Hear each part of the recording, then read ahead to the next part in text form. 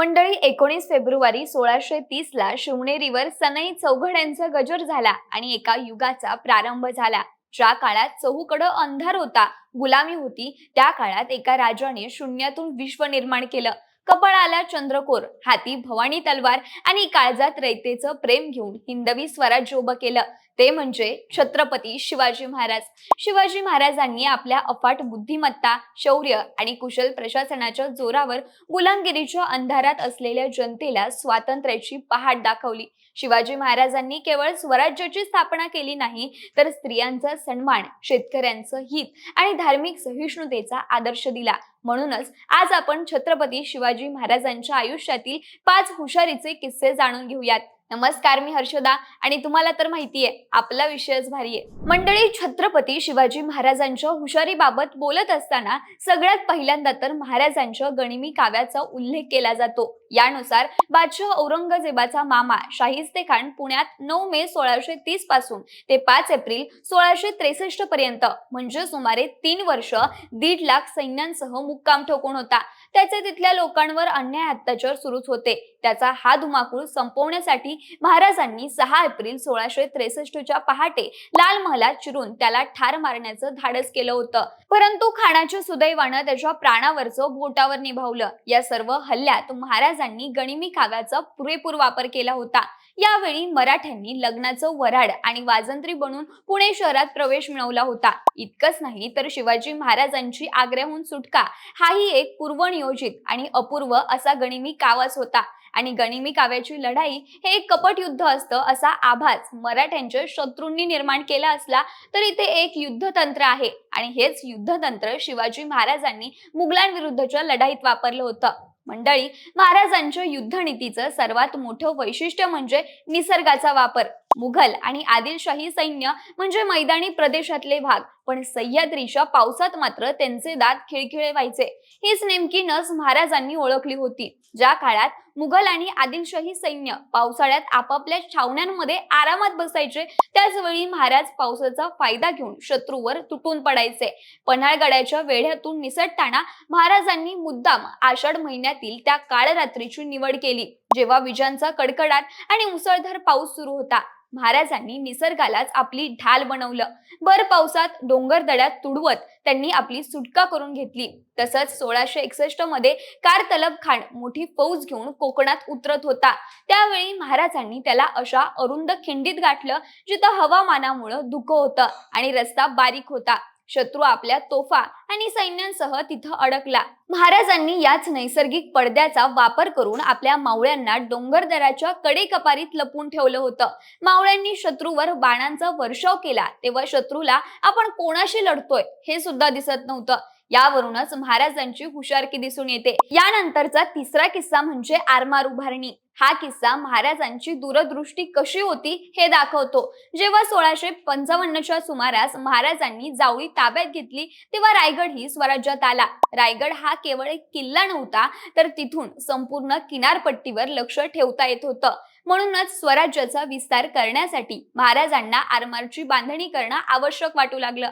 आरमार म्हणजे काय, तर ज्याप्रमाणे जमिनीवर लढण्यासाठी पायदळ आणि घोडदळ असतं, तसंच समुद्रात शत्रूंशी लढण्यासाठी, संरक्षणासाठी आणि व्यापारावर नियंत्रण ठेवण्यासाठी उभारलेल्या जहाजांच्या ताफ्याला आरमार म्हणतात। त्यामुळं ज्याचं आरमार त्याचा समुद्र हे महाराजांचं समीकरण अगदी स्पष्ट होतं।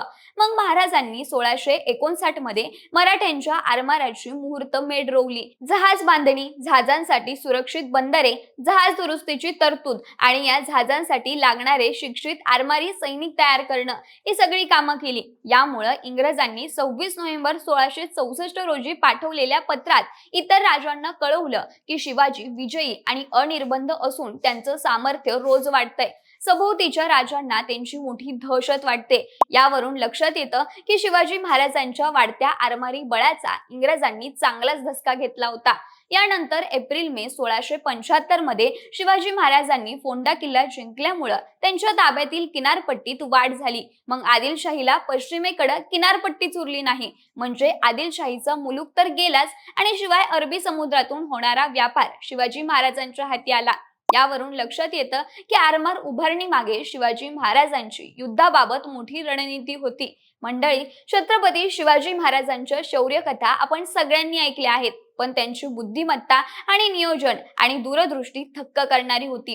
प्रतापगडाच्या पायथ्याशी झालेला अफजल खानाचा वध हे शिवरायांच्या युद्धनीतीचं, संयमाचं आणि नियोजनाचं एक उत्तम उदाहरण होतं. महाराजांनी खानाला आपण घाबरलो असल्याचं दाखवलं आणि आपल्याला युद्ध करायचं नाही असं दाखवत भेटून बोलायचं ठरवलं आणि भेटीसाठी प्रतापगडावर बोलवलं. महाराजांनी भेटीसाठी प्रतापगडाच्या पायथ्याशी एक आलिशान शामियाना उभारला. अटीनुसार दोघांनाही निशस्त्र यायचं होतं आणि सोबत फक्त 10 अंगरक्षक आणायचे होते. त्यातील एकच अंगरक्षक शामियाना बाहेर उभा राहील आणि इतर लांब असतील असं ठरलं होतं. महाराजांना खानाच्या कपटी स्वभावाची पूर्ण कल्पना होती, त्यामुळं त्यांनी निशस्त्र जाण्याचं नाटक केलं असलं तरी स्वतःच्या सुरक्षेची पूर्ण तयारी केली होती. अंगात चिलखत आणि डाव्या हाताच्या पंजात वाघनखे लपवली होती, ज्यामुळे जेव्हा अफजल खानाने महाराजांना मिठी मारण्याचं सोंग केलं आणि महाराजांवर वार केला त्यावेळेस चिलखत घातल्यामुळं तो वार वाया गेला आणि तेव्हा महाराजांनी आपल्या डाव्या हातातील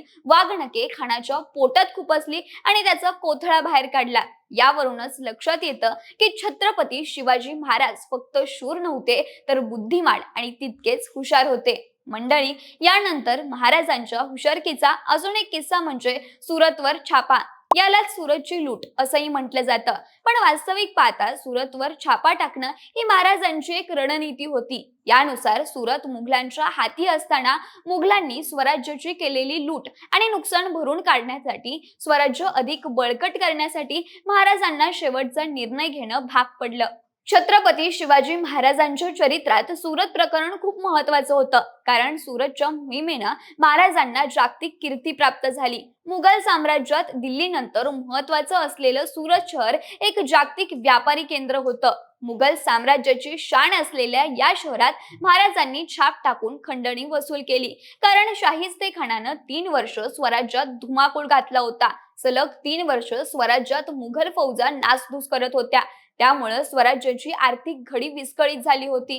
नवीन किल्ले बांधणं, किल्ल्याची डागडुजी करणं, फौज उभारणं, तोफा, दारुगोळा विकत घेणं अशा कामांसाठी भरपूर निधीची गरज होती. त्यामुळे शत्रू राज्यात छापा टाकून खंडणी वसूल करणं काही गैर नव्हतं. त्यामुळे शिवाजी महाराजांनी मुघल साम्राज्यातील वैभवशाली अशा सुरतवर हल्ला करून खंडणी वसूल करण्याचं ठरवलं. यामध्ये कोणत्याही प्रकारची लूट नाही, तर जशास तसं उत्तर होतं. शिवाजी महाराजांच्या प्रत्येक युद्धामागे, रणनीतीमागे आणि मुघलांविरुद्धच्या गनिमी काव्यामध्ये केवळ स्वराज्याचा विचार होता. महाराजांनी युद्ध करताना स्वराज्याच्या किंवा मुघलांच्या सामान्य जनतेवर अत्याचार होणार नाही याची नेहमी काळजी घेतली. यातूनच महाराजांचं स्वराज्यावर आणि रयतेवर असणारं प्रेम स्पष्टपणे दिसून येतं. तर मंडळी, हे होते छत्रपती शिवाजी महाराजांच्या अफाट बुद्धिमत्तेचे आणि दूरदृष्टीचे काही किस्से. यावरून एक गोष्ट स्पष्ट होते की महाराज केवळ तलवारीने लढणारे योद्धा नव्हते, तर ते एक हुशार, चतुर आणि दूरदृष्टी असलेले राजा होते. शत्रूचं संख्याबळ कितीही असलं तरी आपल्या बुद्धीच्या जोरावर आणि योग्य नियोजनाने परिस्थिती कशी पालटायची हे या किस्स्यांवरून लक्षात येतं. आज इतक्या वर्षानंतरही महाराजांची ही युद्धनीती, त्यांचं व्यवस्थापन कौशल्य आणि रयतेप्रती असलेली त्यांची निष्ठा आपल्यासाठी प्रेरणादायी आहे.